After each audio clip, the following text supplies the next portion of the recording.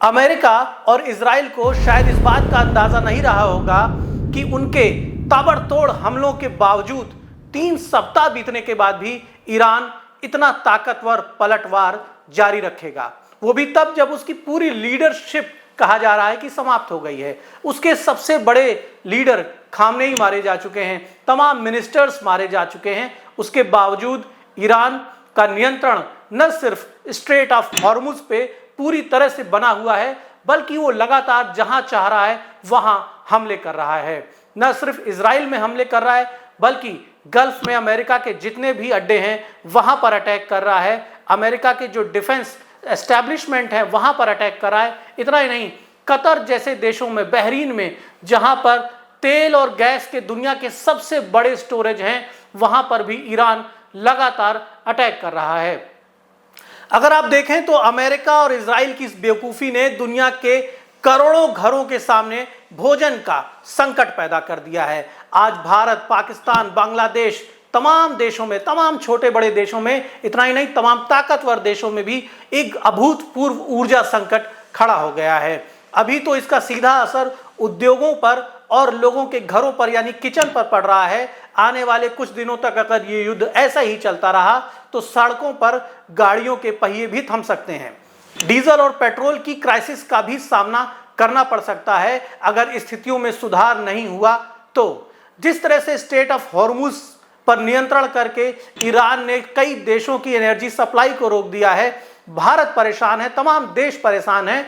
वहीं दूसरी तरफ ईरान इसके साथ ही साथ उन सेंटर्स पर अटैक कर रहा है जहां से गैस और पेट्रोलियम प्रोड्यूस होता है, जहां उन्हें स्टोर किया जाता है। यानी ईरान अपनी रणनीति पर आज भी कायम है। यूएस कह रहा है, डोनाल्ड ट्रंप कह रहे हैं कि ईरान की जो वेपनरी है वो खत्म हो गई है, 90% हथियार खत्म हो गए हैं। लेकिन आप रोज देखिए कहीं ना कहीं आग का धुआं, कहीं ना कहीं बड़ी बड़ी लपटें जो अमेरिका और इजराइल के सहयोगी देशों में उठ रही हैं, उनके शहरों से, उनके बंदरगाहों से, उनके हथियार डिपो से, उनके पेट्रोलियम और गैस स्टोरेज से, उनकी रिफाइनरीज जो धू धू करके जल रही हैं। आए दिन नए अटैक ईरान कर रहा है। इससे पता चलता है कि ईरान अभी भी पूरी ताकत से जवाब दे रहा है कि खामेनेई को मार देंगे, 2-4 दिन में युद्ध खत्म हो जाएगा, ईरान सरेंडर कर जाएगा। लेकिन जो पैरेलल लीडरशिप ईरान ने डेवलप की थी, लीडरशिप के जो लेवल्स, जो परतें उन्होंने बनाई थी, एक परत साफ होगी तो दूसरी परत खड़ी हो जाएगी,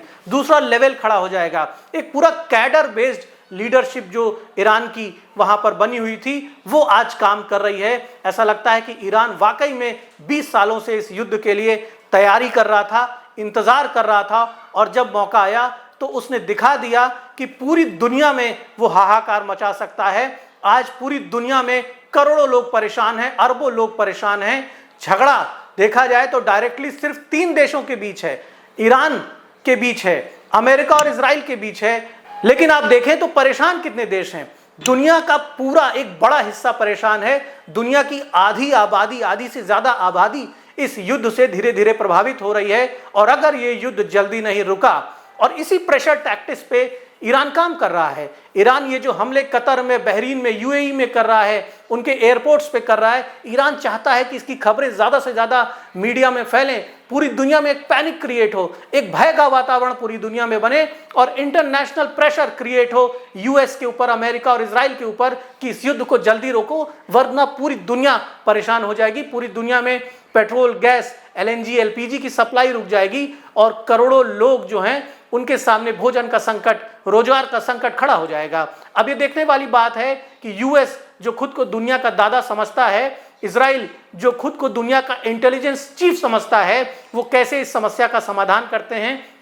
फिलहाल भारत, जिसने दुनिया की सबसे बड़ी जनसंख्या अपने यहाँ धारण की हुई है, जहां पर बच्चे पैदा करने की कोई मनाही नहीं है, जनसंख्या बढ़ाते रहिए, सरकार सारी व्यवस्था करेगी, वो भारत जहां पर बहुत बड़ी आबादी आज भी सरकारी राशन के भरोसे है, वो भारत अपने 140 करोड़ लोगों के लिए एलपीजी का इंतजाम कैसे करेगा, जबकि कई वारशिप भारत को भेजने पड़े हैं। स्ट्रेट ऑफ हॉर्मुज के पास वारशिप की तैनाती करने के बावजूद 3 जंगी जहाज भारत ने भेजे हैं, उसके बावजूद ईरान पर पूरा दबाव नहीं बन रहा है। वो बहुत सीमित मात्रा में एक एक करके दूसरे तीसरे दिन एक एक जहाज छोड़ रहा है। और जो भारत की एलपीजी, एलएनजी सप्लाई है उसका बहुत ही छोटा हिस्सा, बहुत ही कम प्रतिशत उसका भारत तक पहुंच पा रहा है। हाहाकार लगातार मचा हुआ है। देखने वाली बात होगी कि दुनिया के जो टॉप लीडर्स हैं, दुनिया के ताकतवर जो देश हैं, भारत के जो हमारे प्रधानमंत्री हैं, विदेश मंत्री हैं, हमारे पेट्रोलियम मंत्री हैं, वो सारे लोग मिलकर कैसे इस समस्या का समाधान करते हैं। और जो लगातार कॉल्स आ रहे हैं, हम लोगों के पास भी लोग कॉल कर रहे हैं कि साहब एलपीजी नहीं है, घर में खाना कैसे बनेगा। आज एक बुजुर्ग का फोन आया मेरे पास, एक बड़े कर्मचारी नेता हैं, वो रिटायर हो गए हैं और एक घर में बुजुर्ग पति पत्नी रहते हैं। उनके घर में गैस सिलेंडर खत्म है, इंडक्शन उनके पास है नहीं। उन्होंने बड़ी दयनीय स्थिति अपनी बताई। मेरा भी मन द्रवित हो गया और फिर मैं सोचने लगा कि देखो ये डोनाल्ड ट्रंप, ये नेतन्याहू, ये लोग कैसे लोग हैं जिन्होंने बिना किसी तैयारी के, भविष्य के बारे में सोचे बगैर पूरी दुनिया के सामने, लाखों करोड़ों साधारण लोगों के सामने कितनी बड़ी मुसीबत खड़ी कर दी है। इस विषय पर आप क्या सोचते हैं? अपने टिप्पणियां, अपने विचार कमेंट बॉक्स में जरूर बताइए। धन्यवाद।